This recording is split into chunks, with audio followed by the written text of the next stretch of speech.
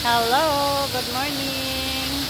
Nami karon sa Novo ang pati mga college of Camiguin employees kay mag team building mi diri. Pa akong pag-abot. Ipauna nila ang fountain. So, mosulod dayon ta. Para ang fountain. Kita ninyo? Muna. Sulod na din ta. Sulod na ta mga friendship.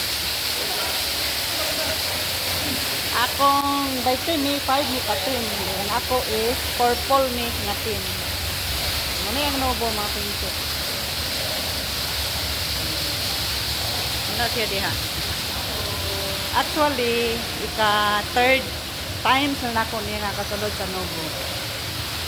Day sila. Day dapit ato kuan. Kung mga kauban na naman ta sila, pero amot na nang maingon. Uy, man atong area ani.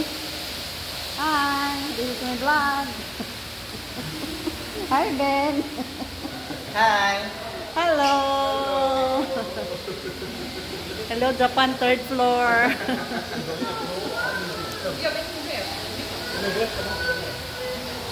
Dinhi sa lang ko tama, no nya na lang ko madto dito sulod. Oo, madto sa lang ko bi. Kubanon ta mo dito.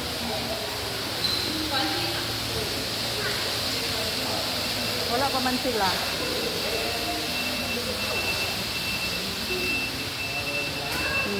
Wala diha. Muna ilang. Muni ang sa pool area dayon. Hi, Syo. Man sila di ay uy. Padong ta diri. Muna ilang mga rooms diha oh. Ang mga rooms nila diha. So anheta diri na side. Oh. Ato tawd to dito niya. Ato ilang pool area. Oh. See, nindot kay diri gyud sa Novo pero dolyares lang mga rooms. Nindot gyud siya. May gani kay dili kay init. Unya na may mga ligo human sa among mga kuan siguro. Kay mag games pa man daw mi. Manggiilis pa mi unya oy ay maligo. Oh, di ba? Nindot kaayo.